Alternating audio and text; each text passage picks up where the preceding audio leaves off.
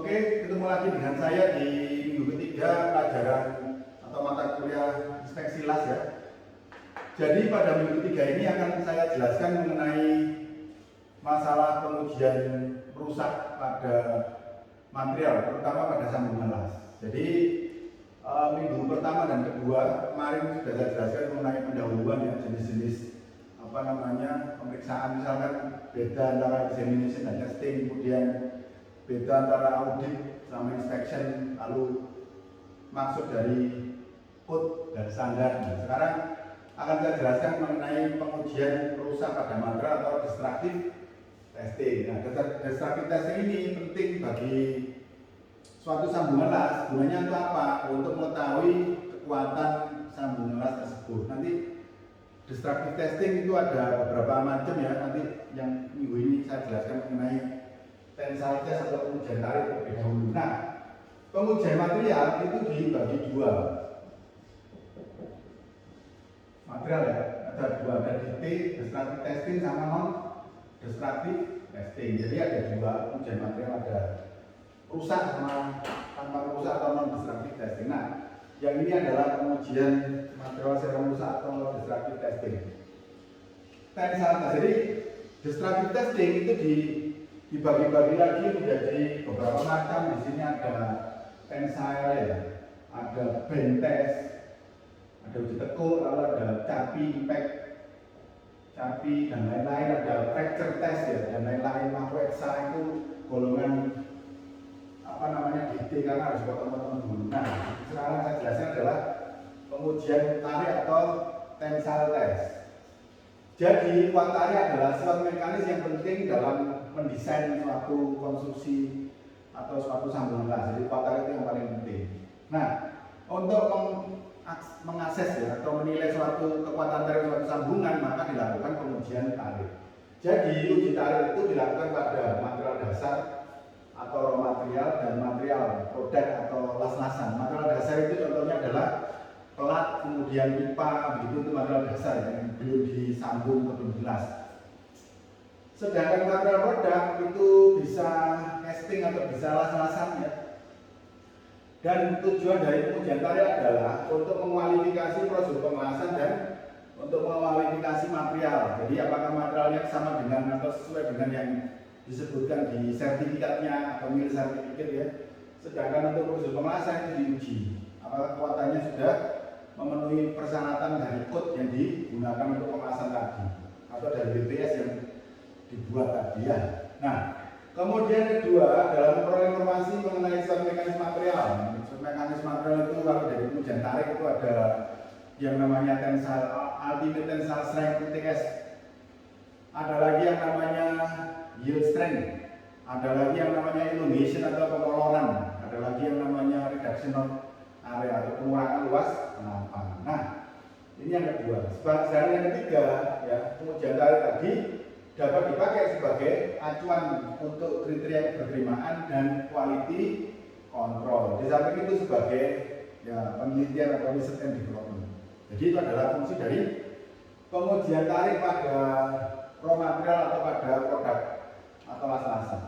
Nah, di dalam melakukan pengujian tarik ya, nanti kita akan memperoleh beberapa informasi yang penting. Di antaranya adalah kita akan memperoleh informasi mengenai tegangan tarik maksimum atau ultimate tensile strength, tegangan lulu atau yield strength. Nanti akan saya jelaskan ultimate itu yang mana, yield strength itu yang mana kan itu. Tegangan atau elongation, pengurangan luas penampang atau reduction of area. Lalu kita memperoleh diagram tegangan-tegangan atau diagram tarik ya, diagram uji tarik, stress strain diagram. Ini penting. Dan terakhir lokasi dan mode kepecahan. Karena di daerah sambungan las itu kalau di uji tarik, maka patahnya sambungan tadi bisa di daerah kaki las atau daerah Z atau daerah fusion ya, daerah sambungan fusion. Jadi kalau digambar di sini, maka patahnya sambungan las tadi bisa terjadi di daerah ini. Bisa patah di base metal ditarik pakai daya. Bisa patah di sini di base metal, bisa patah di sini di fusion line dan bisa patah di sini di welded metal. Jadi lokasi patahan itu ada 3 ya. Pada dasarnya seperti itu. Nah itu bisa kita peroleh informasinya dari pengujian tarik pada sambungan las. Jika pengujian tarik dilakukan untuk menguji spesifikasi sambungan las atau untuk mengualifikasi prosedur pengelasan, maka di dalam laporan pengujian tariknya itu harus dicantumkan ini jenis dan jumlah spesimen. Nah, misalkan jenisnya face band, root band, side band itu harus disebutkan di situ ya. Kemudian spesifikasi base metalnya jenis apa? A36 atau A516 D70. Spesifikasi kilo metal ya, E70 18 atau E80 18 atau apa itu. Lalu nilai-nilai sifat mekanisnya, ultimate tensile strength-nya ya, sama yieldnya kan itu. Lokasi pecahan yang 3 tadi. Kemudian kalau ada perlakuan panas setelah pemanasan atau PWHT ya dicantumkan di laporan pengujian. Lalu kalau ada perlakuan mechanical processing treatment ya dicantumkan di laporan pengujiannya itu ya. Kalau tidak ada tidak usah. Jadi yang ini kalau ada. Nah seperti yang kalian lihat di gambar ini, pengujian tarik itu dapat dilakukan hampir pada semua jenis material. Pada waktu saya menjadi kepala lab konstruksi dan kekuatan tahun 2000 sampai 2017 itu laboratorium konstruksi sudah menguji berbagai macam jenis material, mulai dari seat belt, kertas semen, kalau apa namanya ada yang uji kain ya untuk layar kapal ya. Tapi itu di zaman Pak Triwila sebagai kepala labnya. Lalu ada yang menguji apa namanya kawat ya, macam-macam. Jadi ini bisa menguji pegas. Saya pernah menguji, lab konstruksi pernah menguji pegas kereta api ya, PT Inka untuk menentukan itu apa namanya koefisien pegasnya atau nilai K. Nah ini yang pegas itu bisa diuji tarik. Lalu ini macam-macam, ada yang plastik ya, fiber reinforced plastik, ada kayu ya, kemudian ini ada ya serat atau ada wire dan macam-macam ya. Tergantung dari kebutuhan mau dipakai untuk apa material tadi diuji tarik ya. Lalu mesin uji tarik juga ya jenisnya beda-beda. Pada dasarnya kalau kita mau bikin test piece atau spesimen uji untuk pengujian tarik, maka bentuk penampang lintangnya itu ada 2. Yang pertama adalah penampang lintang berbentuk segi 4 seperti ini, square ya. Lalu ada penampang yang berbentuk diameternya berbentuk lingkaran seperti ini, diameter. Lalu yang tadi yang lebar width lebar. Jadi test piece itu dibentuk seperti ini. Ada bagian yang namanya A, ini adalah panjang bagian prismatik, bagian yang dikurangi lebarnya. Jadi di sini ada C, itu adalah apa lebar bagian yang digrip, bagian yang dicekam sama mesin uji tarik kan ada pencekamnya ya, bagian yang pencekamnya itu lebarnya adalah C. Kemudian B-nya adalah panjang bagian yang digrip atau dicekam. Kemudian di sini ada panjang bagian prismatik yang dikurangi lebarnya menjadi B. Lalu ada yang namanya G atau panjang ukur atau gauge length. G. Sekarang begini, kalau misalkan spesimennya itu bentuknya kotak aja tanpa dikasih lebar yang kurang begini apa bisa ditarik seperti penggaris ini ya, uji tarik ya bisa. Masalahnya adalah nanti bagian yang digrip ini kan tarik begini, nanti patah dan daerah patahan dari apa namanya test piece ini bisa di mana-mana. Bisa di bagian grip sini ya, bisa patah di sini ya, di daerah pas gripnya ini. Makanya supaya daerah patah kayak itu berada di tempat tertentu ya, makanya dikurangi lebarnya jadi cuma B aja. Supaya apa ya, supaya kalau ditarik pakai mesin ditarik patahnya di sini ya, untuk melokalisasi. Melokalisir itu salah ya, yang betul melokalisasi di daerah sini patahnya ini. Oke. Kemudian di situ diberi yang namanya G atau panjang ukur gauge length ya, panjang ukur di sini. G itu tergantung dari standar yang digunakan. Kalau kita menguji logam Indo atau base metal atau menguji raw material itu maka G itu diberikan di sini sesuai dengan standar yang digunakan. Misalkan BKI ada panjang gauge tertentu, gauge length tertentu, ASTM A370 gauge length-nya tertentu, GIS Z itu panjang gauge length-nya tertentu, ya DIN itu juga beda tergantung dari standar yang digunakan. Jadi gauge itu di grade, dipukul pakai titik itu sesuai dengan persyaratan dari standar pengujian yang digunakan. Tapi kalau untuk sambungan las ya diuji untuk mengkualifikasi prosedur pengelasan tidak usah pakai gauge length karena kita cuma ingin tahu ultimate tensile strength aja. Nah, ini adalah bagian dari test piece yang bentuknya melingkar, jadi penambangnya adalah bentuk bundar. Ini kalau kita uji baut ya itu dibubut, lalu menguji poros itu dibubut dengan ukurannya disesuaikan dengan kemampuan mesin uji tarik kita dan kode yang atau standar yang dipakai untuk pengujian. Ya. Kalau pelan kan bentuknya seperti ini, kotak namanya. Nah, ini adalah mesin uji tarik. Jadi mesin uji tarik itu jenisnya macam-macam, ada yang analog, ada yang digital. Yang ini digital ya. Kemudian kapasitas juga macam-macam, ada yang ratusan ton, ada yang puluhan ton, ya.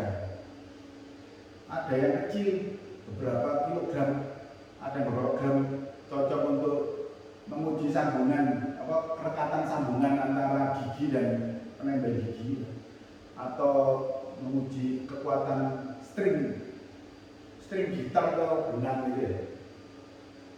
Ini untuk menguji logam, jadi memiliki kekuatan yang tinggi, ya. Mesin ditarik dan dikendalikan dengan komputer. Nah, ini adalah kegiatan pengujian tarik dari suatu material, tahapan-tahapannya. Jadi nomor satu ini adalah proses di mana pengujian mau dilakukan, maka teknisi mengukur L0 adalah panjang ukur mula-mula, ya panjang ukur mula-mula. Di sini digambarkan dengan panjang spesimen mula-mula L0, ya. Jadi yang diukur di sini. Kalau pada pengujian yang sesungguhnya maka yang diukur adalah L0 itu gauge length. Jadi di sini diberi titik, ya terus diukur jarak titiknya lagi, itu L0.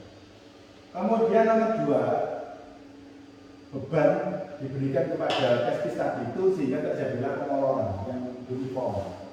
Jadi logam atau baja itu kalau ditarik bisa mengalami pemoloran, tidak cuma karet tok yang ditarik molor, tapi baja yang ditarik juga bisa mengalami pemoloran. Pemoloran akan terus berlanjut. Ini nomor 3, continuous elongation, pemoloran terus sampai pada suatu saat itu timbul yang namanya necking. Necking itu timbul leher.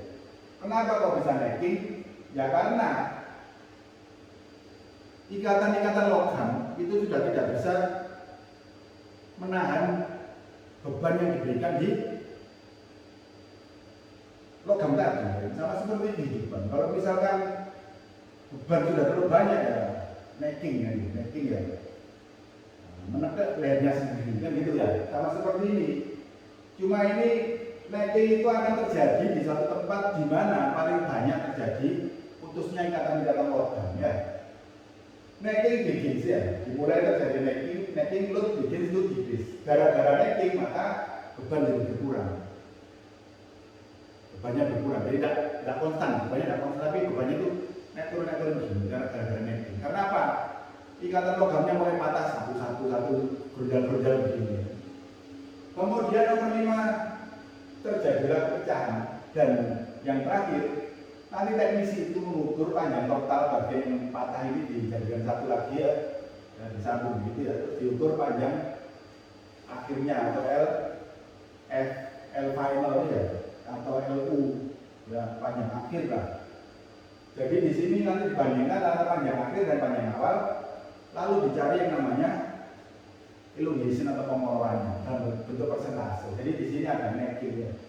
Necking ini berarti ya timbulnya putusnya ikatan-ikatan logam. Final length can be measured. Nah, ini adalah sifat mekanis dari suatu sambungan las. Dari suatu material ya. Sifat mekanis yang kita peroleh dari hasil pengujian tarik pada suatu material. Yang pertama adalah tegangan tarik maksimum atau ultimate tensile strength atau UTS. UTS itu adalah diperoleh dari beban maksimum yang dihasilkan atau yang ditunjukkan oleh mesin uji tarik dibagi dengan luas penampang mula-mula sebelum patah. Luas penampang mula-mula itu ya ini ya, diukur luas penampang mula-mulanya. Oke. Kalau diameter, kalau segitiga ya diukur diameternya. Kalau kotak ya W, lebar kali thickness. Kalau tubular itu berarti bentuk seperti pipa kayak gini. Pipa kayak gini, maka yang diukur adalah OD dan ID. Nah, jadi tubular ini luas penampangnya adalah seperempat pi kali OD kuadrat dikurangi D kuadrat seperti ini ya.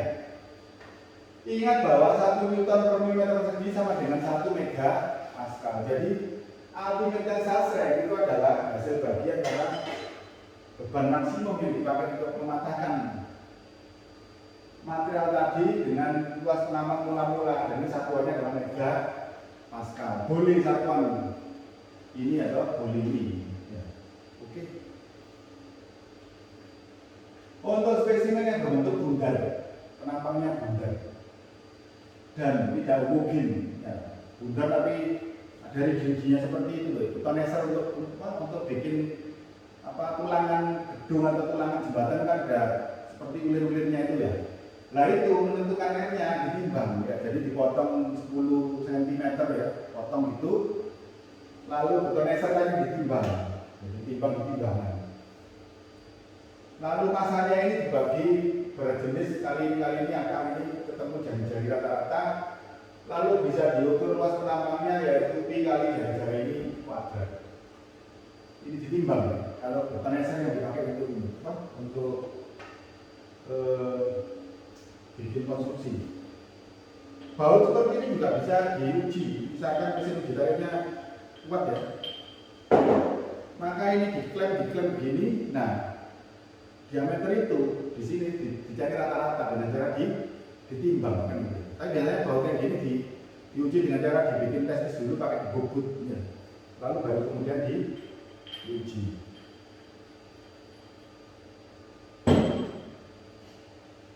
Berikutnya adalah tegangan yield atau yield strength. Ya, tegangan yield. Jadi kalau kita menguji raw material ya, kalau menguji sambungan saya pakai, tidak ada urusan dengan yield strength sama elongation tegangan, tidak ada urusan sama reduction of area. Jadi yang diperlukan hanya ultimate tensile strength aja. Kalau menguji sambungan las, kalau menguji base metal menguji raw material, atau pipa, maka yang kedua yang namanya aplikasi itu adalah yield strength. Yield strength itu diperoleh dari tegangan yield dibagi luas penampang mulanya. Jelaskan tegangan yield itu diperoleh dari mana ya. Kemudian yang ketiga adalah tegangan atau elongation. Elongation tadi sudah digambarkan ya di sini ya. Ini ya kan LF ini dikurangi L0 dibagi L0 ya. Jadi LF itu dikurangi L0 dibagi L0 kali 100% itu adalah elongation dalam satuan persen. Jadi elongationnya adalah LF dikurangi L0 dibagi L0 kali 100%. Itu adalah perganan.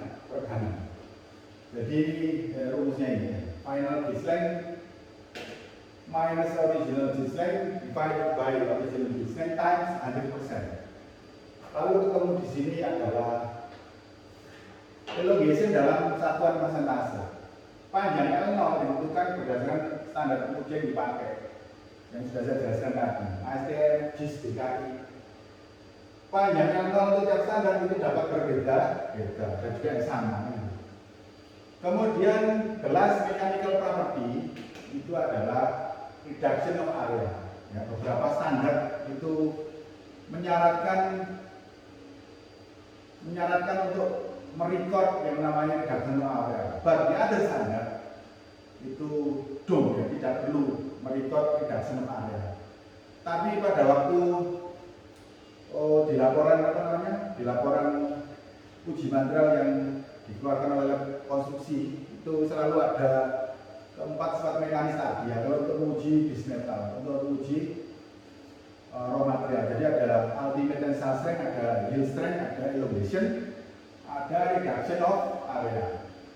Intinya reduction of area itu adalah pengurangan luasan ya. Jadi luas penampang awal kan itu masih bisa luas penampang awalnya. Dikurangi luas penampang akhir yang sudah mengecil dibagi luas penampang awal kali 100%. Nah, di sini ada luas penampangnya. Kalau kotak ya lebar, tebal kali lebar. Nah, kalau front bar atau bulat ya, bundar saja. Bundar itu 2 dimensi, bulat itu 3 dimensi. Topi saya bulat, bukan topi saya bundar. Bundaran ITS bukan bulatan ITS, karena bundaran itu adalah 2 dimensi. Sedangkan bola itu bulat, bumi itu bulat 3 dimensi. Jadi ini adalah bundar ya, penampangnya.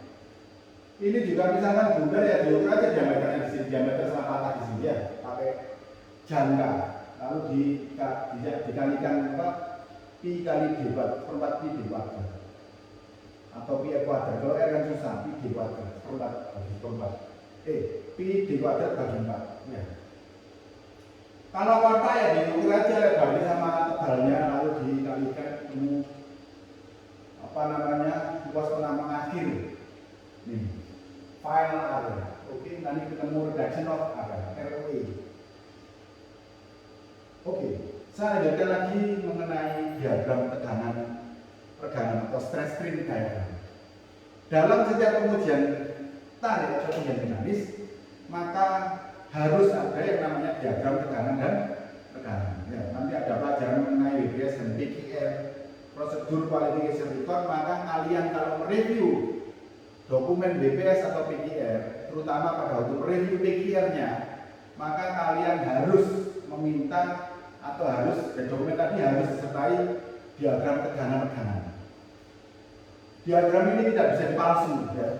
Kalau Excel atau kalau Word itu bisa dihilangi, bisa diganti angkanya pakai prosesor. Tapi kalau ini ya bisa dipalsu, tapi maksudnya agak sedikit berusaha ya, agak berusaha banyak ya. Jadi diagram tegangannya diagram yang dikeluarkan oleh mesin uji, ya, tidak dikeluarkan oleh manusia. Ya, kalau report kan oleh manusia, Excel itu oleh manusia. Nah ini diagram ini oleh mesin ditarik. Setiap pengujian mekanik, kalau setiap pengujian tarik pasti harus ada diagram uji tariknya untuk bukti. Uji tarik dilakukan dengan menjepit spesimen pada alat atau mesin uji tarik dan menariknya sampai putus. Nah, dari hasil pengujian tarik tadi diperoleh diagram tegangan. Sumbu X menunjukkan tegangan atau elongation pemonoran. Sumbu Y menunjukkan tegangan atau gaya. Gaya sama tegangan itu beda. Gaya, tegangan ini sama dengan gaya dibagi luas penampang. Kan gitu. Gaya itu satuannya Newton gitu. Gaya ini satuannya Newton. Misalkan ya, ini satuannya milimeter persegi. Lalu ini satuannya adalah Newton per milimeter persegi atau mega pascal. Jadi tegangan sama dengan gaya dibagi luas penampang. Kalau kebanyakan gaya dan penghasilan sedikit maka tekanannya besar. Ya, namanya hidup jangan banyak gaya. Hidup itu apa adanya. Jadi, kamu kalau kerja gajian 10 juta ya sudah, 10 juta dicukup-cukupkan untuk hidup. Jangan pakai pengen macam-macam yang nyolong lah, yang malsu dokumen lah, yang malak sama klienmu lah, ya banyak gaya lah. Penghasilanmu sekian ya, ya gayanya disesuaikan dengan penghasilan supaya tekanannya berkurang ya. Supaya tekanan berkurang jangan banyak gaya. Soalnya kalau kamu banyak gaya di sini, penghasilanmu tetap aja ya, kamu banyak tekanan, nyolong yang sering dia. Kerja nyolong itu apa ya? Enak. Kamu punya mobil 5, punya rumah 4, nyolong semua gitu ya. Bisa nanti berat ya. Makanya hidup jangan banyak gaya. Apa yang kamu peroleh, kamu sesuaikan dengan gayamu ya. Baru ini ada tekanan. Ya. gayanya nggak banyak-banyak, tekanan nggak banyak-banyak. Gaya makin besar, tekanan makin besar. Kalau hanya konstan. Oke. Yang perlu diperhatikan di sini adalah di dalam diagram tegangan itu ada daerah elastis dan daerah plastis. Ya, daerah di mana logam atau material yang ditarik tadi molor itu. Molor itu posisinya di sini. Ini molor ini, molor ini. Nah, pada waktu material itu molor, kemudian beban itu dihilangkan, bebannya dihilangkan, atau dirilis dihilangkan bebannya. Maka sebelum material ini mencapai kondisi plastis, ya, jadi menghilangkan bebannya itu pada masih kondisi elastis. Maka panjangnya akan kembali panjang semula L0. Kalau beban dihilangkan di mana materialnya dalam kondisi masih kondisi elastis. Masalahnya adalah apabila material tadi sudah dalam kondisi plastis, sudah mengalami deformasi plastis, beban kamu hilangkan, ya panjangnya akan kembali ke sini. Panjangnya adalah panjang terakhir pada waktu dia beban dihilangkan karena kondisinya sudah mengalami kondisi plastis. Elastis itu molor dan kembali lagi ke panjang semula itu maksudnya ya. Jadi di daerah tegangan, jadi di diagram tegangan itu ada daerah elastis, daerah plastis. Diagram untuk material daktil, yield point jelas, kurva dan kondom. Diagram untuk material brittle, yield point tidak jelas, kurva lebih tegak. Makanya kalau yield point tidak jelas ya dipakai cara untuk menentukan yieldnya offset 0,2%. Nanti saya jelaskan. Nah, ini adalah contoh dari engineering stress strain diagram. In a tensile test of metal, jadi logam, tipikal biasanya gitu ya.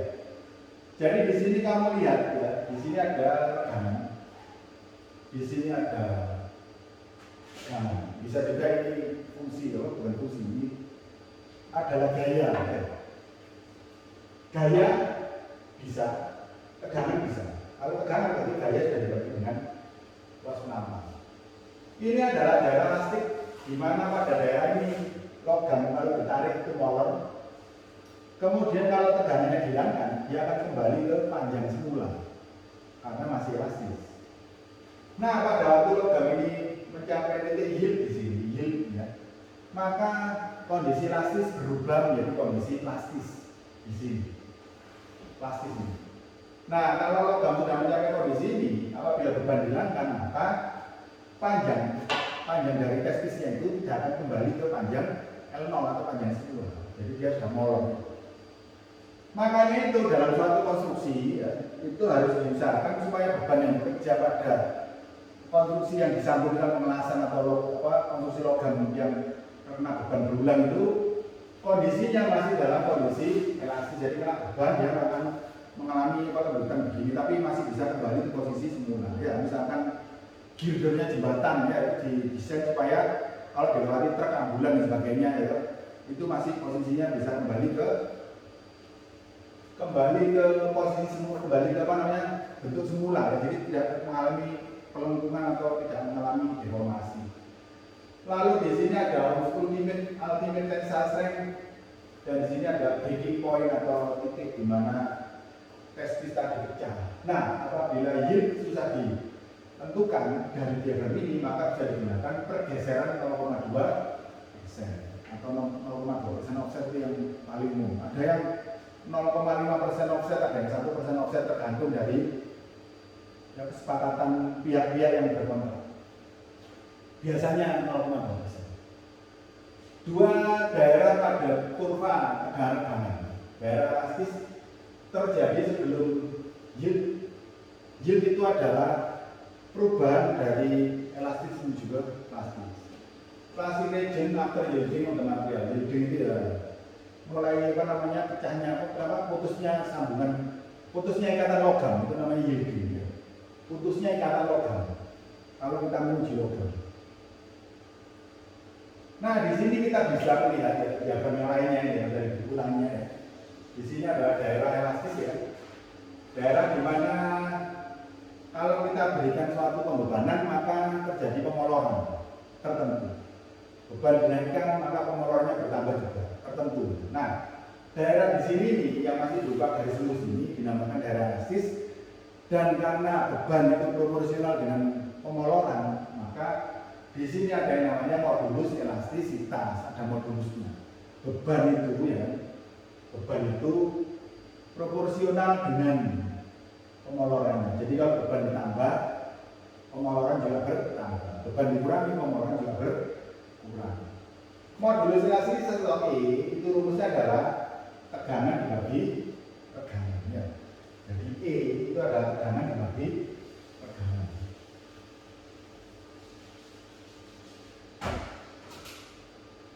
E itu adalah tegangan dibagi tegangan ini. Tegangan. E itu adalah modulus elastisitas. Stres dibagi strain. Stres tegangannya. Makanya tadi saya bilang jangan banyak gaya, nanti banyak stres kan gitu. Tegangan itu stres. Stres sama dengan gaya dibagi luas. Nah, gaya dibagi penghasilan. Gaya banyak gaya penghasilan rendah. Stres ini. Salah model kan itu. Jadi di sini ada yield point, lalu di sini terjadi ikatan logam itu mulai patah, mulai putus satu persatu ya. Makanya ada yang upper yield point, ada yang lower yield point, naik turun gitu apa grafiknya itu, karena mulai terjadi apa ikatan logam yang putus tadi ya. Kemudian di sini ada ultimate tensile strength, lalu di sini ada breaking point. Nah, ini adalah total. Oke.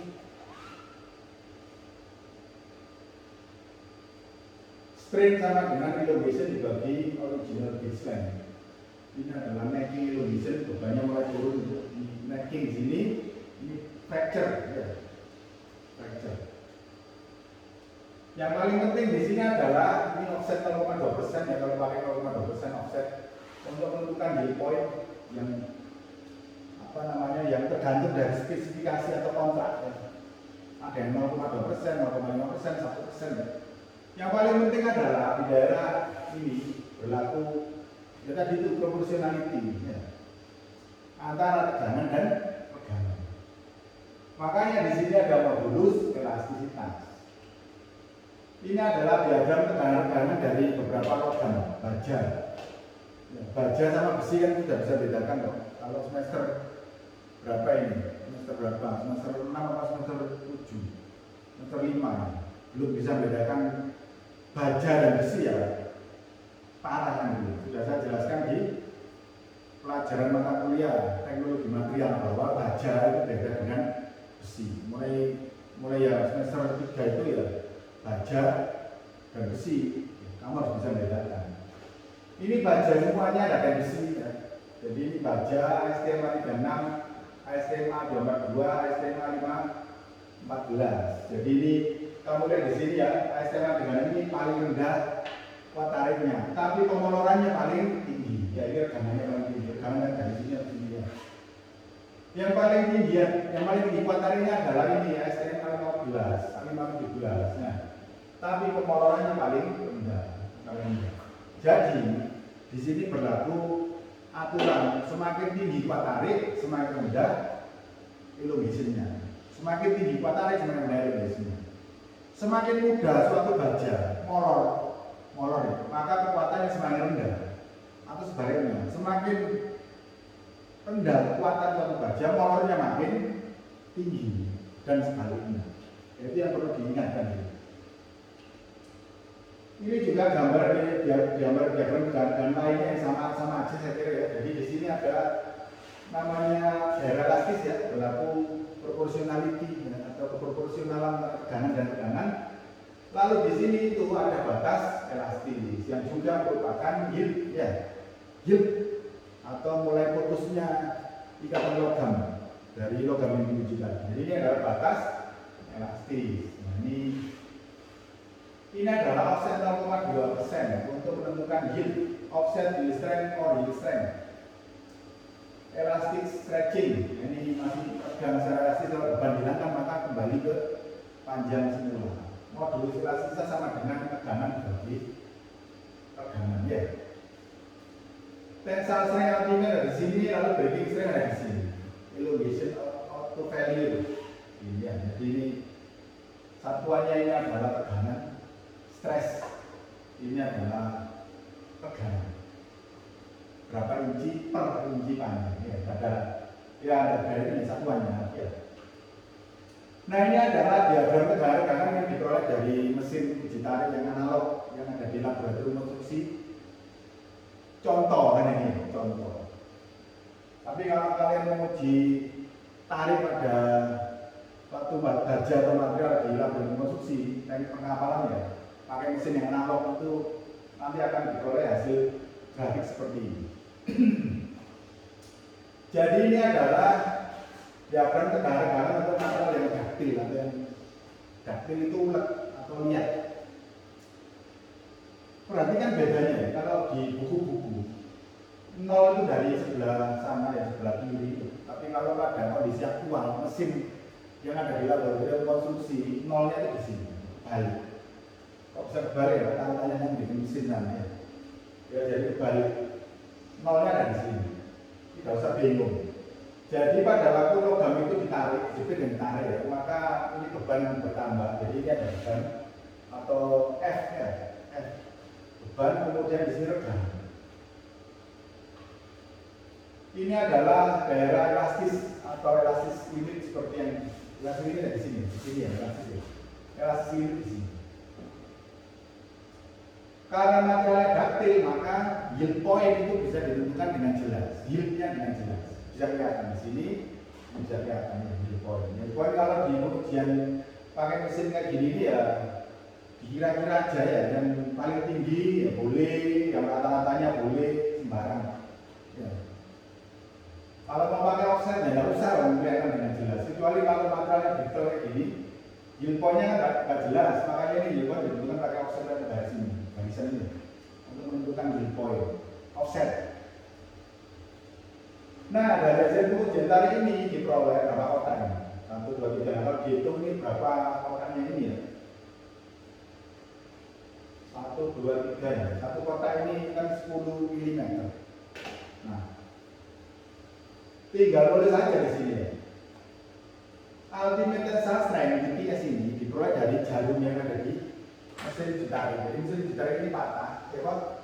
Narik pelan-pelan ke patah, kemudian jarumnya itu menunjukkan angka di sini ya. Yang sebelah sini aja 46,57.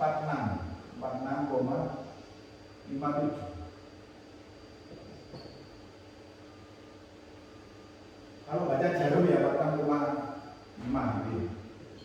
Baca jarum namanya, bukan membaca angka digital, baca jarum 46,5.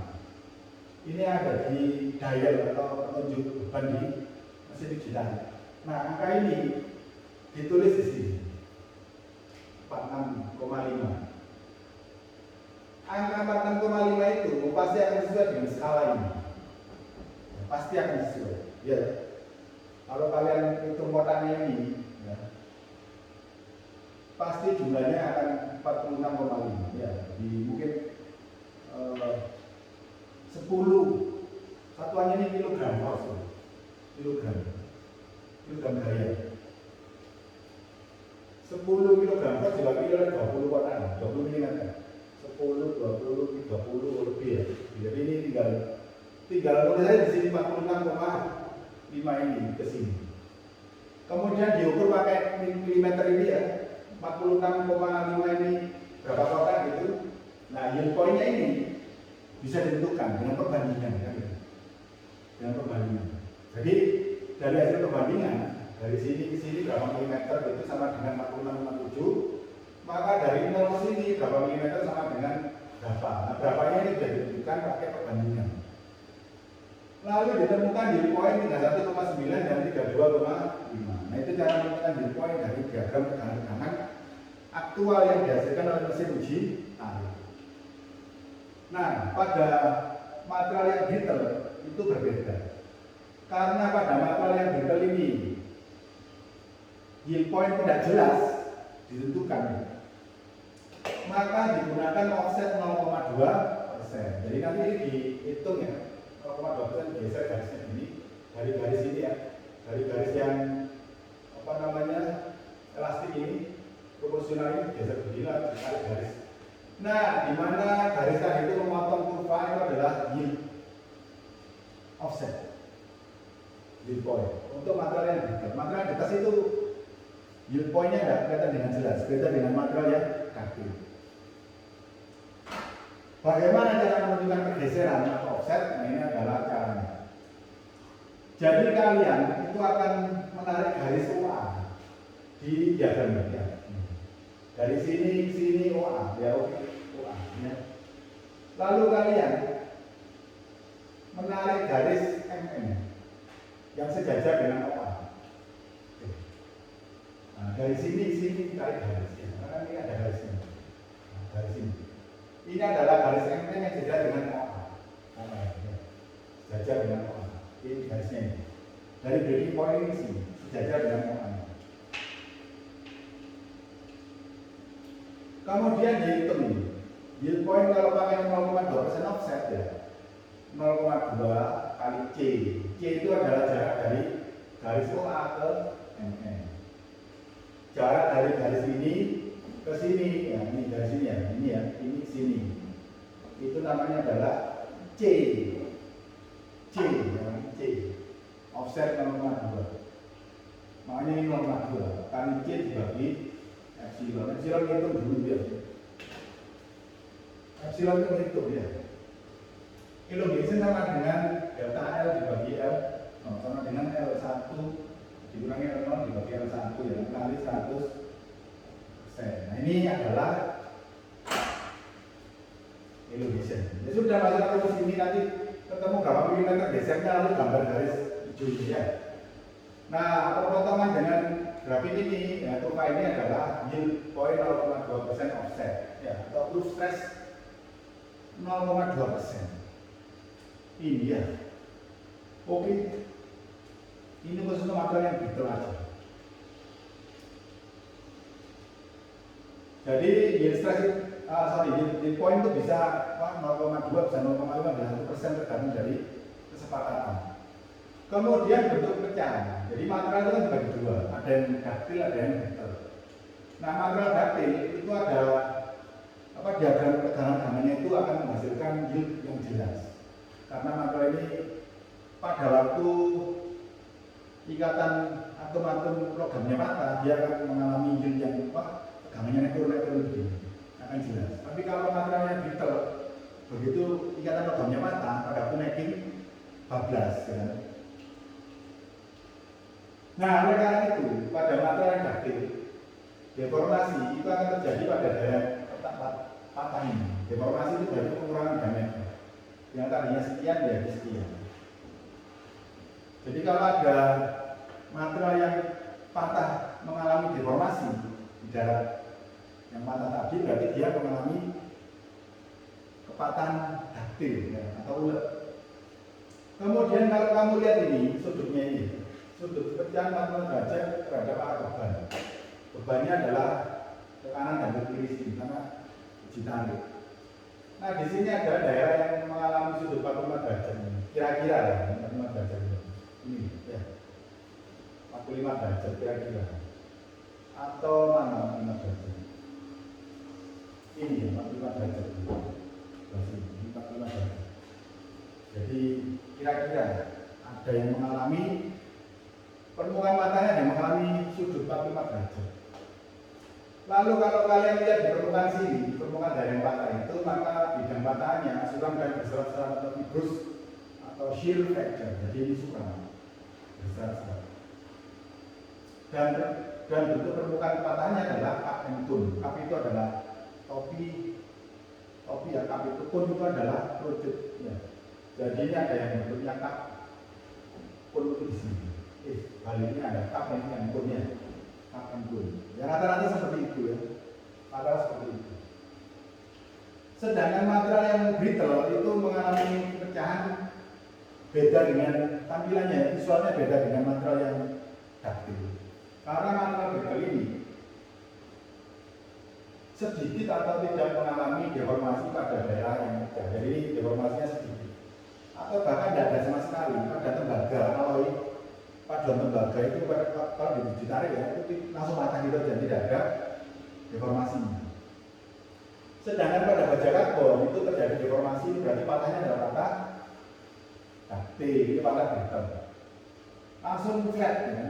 Flat tidak ada sudut 45 derajat kayak ini. Ini kan 45 derajat terhadap beban. Kalau ini flat, ya, flat. Sudut pecahannya ini degree terhadap bidang pecahan. Lalu kalau kalian lihat permukaan pecahannya ini, maka tampak seperti bersinar-sinar, berserat, bukan berserat, sorry. Granul itu berarti seperti berkilauan gitu, berkilauan dan rata. Jadi ini beda dengan ini. Kalau ini kan berserat dan buram. Kalau ini bersinar, kalau dikasih cahaya bersinar. Nah, pada pengujian uji tarik sambungan las, maka jenisnya ada yang nomor 1 Bell-Mental uji sambungan las atau uji las sambungan las. Pengujian Bell-Mental ini fungsinya adalah untuk menguji kekuatan antara logam las dan logam las ini. Makanya reinforcement atau capping diratakan. Jadi reinforcement diratakan dengan base yang kali rata ya. Untuk membandingkan kekuatan antara logam las dan logam mundur. Jadi pada proses pengujian tarik Bell-Mental ini adalah testisnya begini ya kan, bila dari samping ini bebannya kan. Ini adalah lokasinya ini reinforcement diratakan ya, reinforcement diratakan grinder. Nah sekarang kita punya daerah panas Bell-Mental dan Bismetal.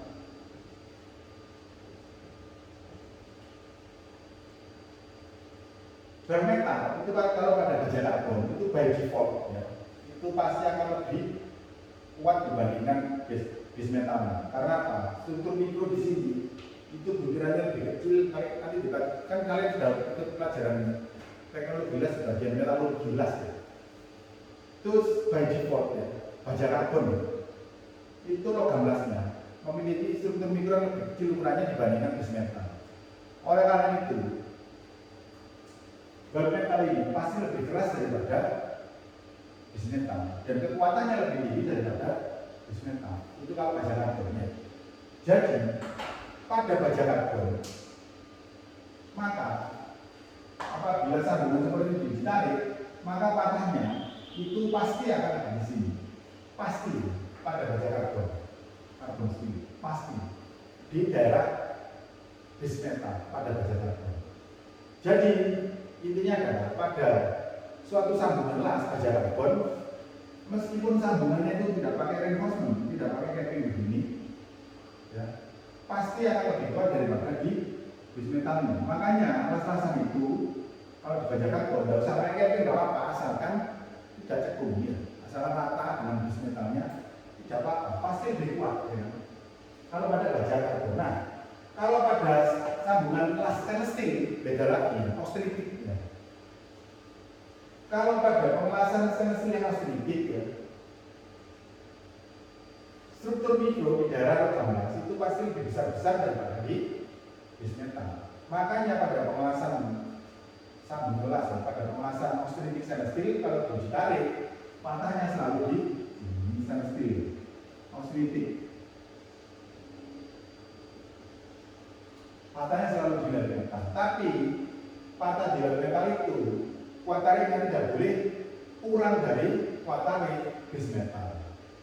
Minimum harus sama. Ya, makanya setiap pengujian tarik pada austenitic stainless steel patahnya selalu di Bell-Mental di daerah las. Karena apa?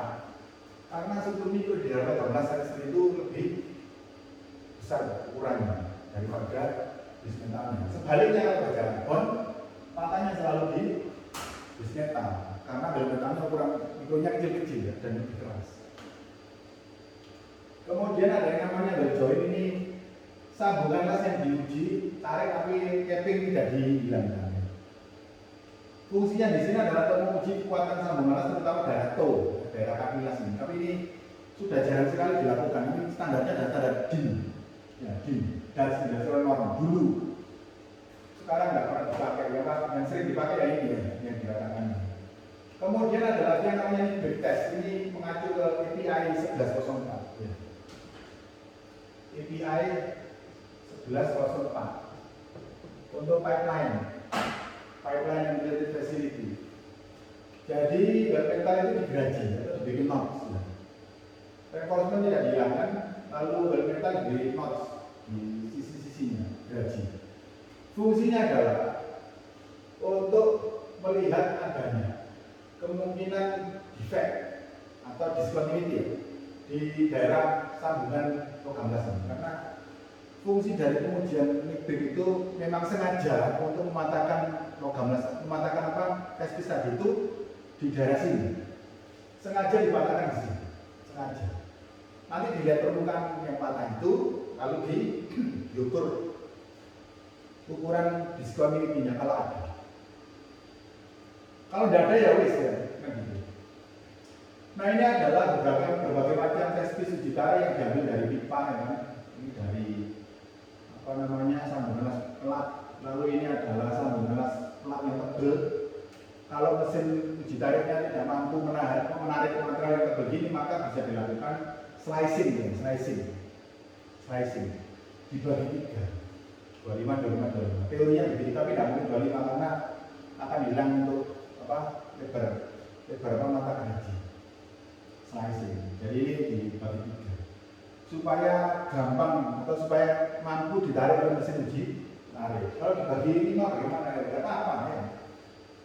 Karena mesin uji tariknya kan kemampuannya mungkin lebih kecil, makanya dibagi 5 nggak apa-apa ya.